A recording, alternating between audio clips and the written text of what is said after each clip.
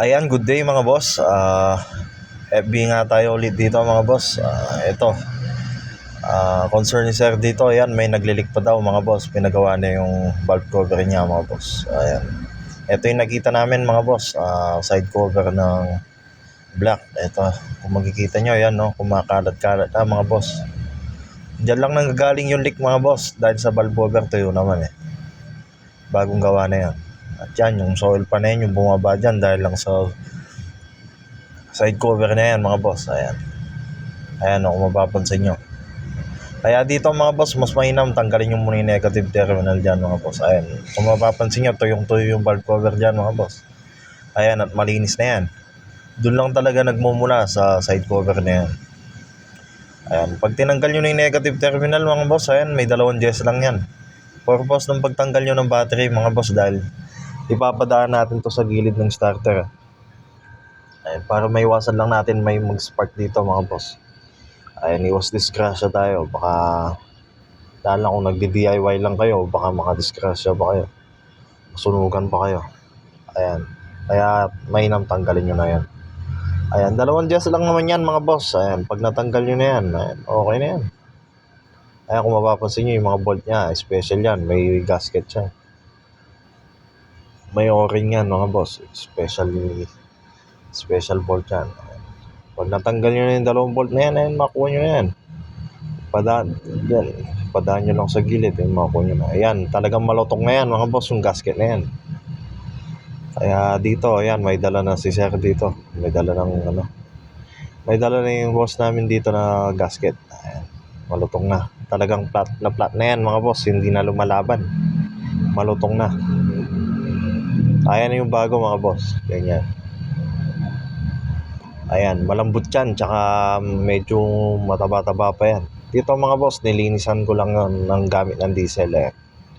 Tapos tatanggalin lang natin yung excess ng mga silicone na dumikit mga boss, para pag nilagyan natin mamaya, ayan, suwabing-suwabe. Ayan, malinis na dyan at nilalagay ko na lang. Ganyan lang yung proseso ng paglalagay niyan mga boss. Ayan, isisilicone ko lang ng paikot dyan mga boss. Ayan, kung may ganyan din kayo sasakyan mga boss at may naglilik pa pag nagawa na yung valve cover nyo, tignan nyo rin nyo ito mga boss. Isa rin ito sa dahilan ng paglilik ng pagbabawas ng langis mga boss. Jack nyo lang, tapos yan, nasa likod to ng injection pump mga boss. Pwede nyong gayahin to mga boss. Hindi naman kahirapan yung trabaho to mga boss. Madali lang naman yung pagtatanggal nito at paglalagay.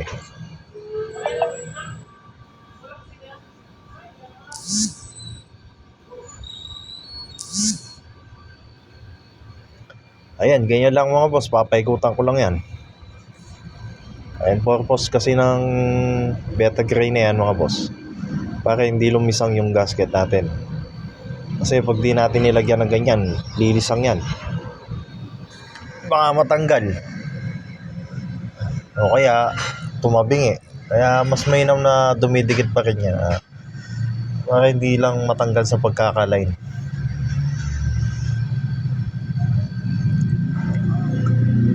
Ayan, pag nakuha nyo yung consistent na ganyan mga boss,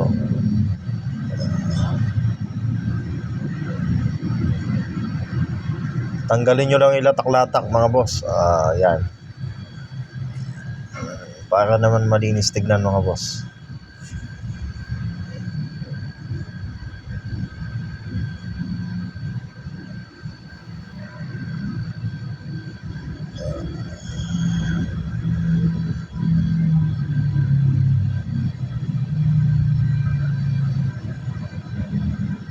Kahit yung mga adventure, may ganito rin mga boss. Side cover na yan. Ayan, kung mapapansin nyo dyan, nilalagay ko na dyan. Siyempre, bago natin nilagay, linisin natin yung lalapatan mga boss. Dahil may mga silicone pa yan mga boss, niliya ko pa yan, tsaka ako pinunasan. Para mapatuyo ko naman yung surface na paglalapatan mga boss. Ayan, liliyain ko pa yan.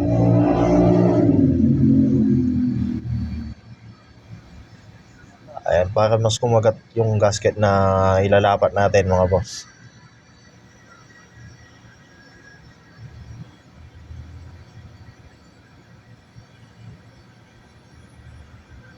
Medyo maluwang naman ng konti yung pwesto niyan mga boss. Makakamay nyo naman yan.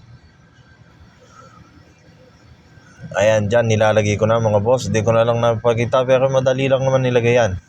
Proseso ng paglalagay. Isang kamay lang kasing gamit ko dito eh. Ayan, ganyan lang mga boss. Silapat nyo lang tapos ilagay nyo na yung bolt. All goods na yan. Ayan o, kung mapapansin nyo. Yun, yung dalawang bolt na yun sa starter. Pinapaiwas ko kayo doon mga boss. Kaya mas mainam tanggalin nyo na yung negative battery nyo. Para iwas tayo mag-spark mga boss. Baka pag nilalagay ako tinatanggal nyo yung side cover, may damping nyo doon, mag-spark yan. Ayan, yung pag-higpit naman nito mga boss, sadali lang, sakto lang din. May goma yan, baka naman ma-overtight natin na sumobra sa higpit, mapisak yung goma natin. Sakto, ang higpit lang yan. Ayan, ganyan na ganyan mga boss. Ayan. Yan, all goods na dyan. Tamang higpit na lang ako dyan. Ayan po. Dito, syempre, hanginan natin mga boss. Kung wala naman kayo panghangin, pwede nyo naman tiyagain sa punas-punas mga boss ng basahan. Ay, nang to yung basahan. Dito may panghangin kami para lang matanggal natin yung mga nagdiliklik. Pwede ko nang ilagay yung battery niyan mga boss kung ganyan. Papandarin na natin dito para ma-obserbahan ko pa mga boss.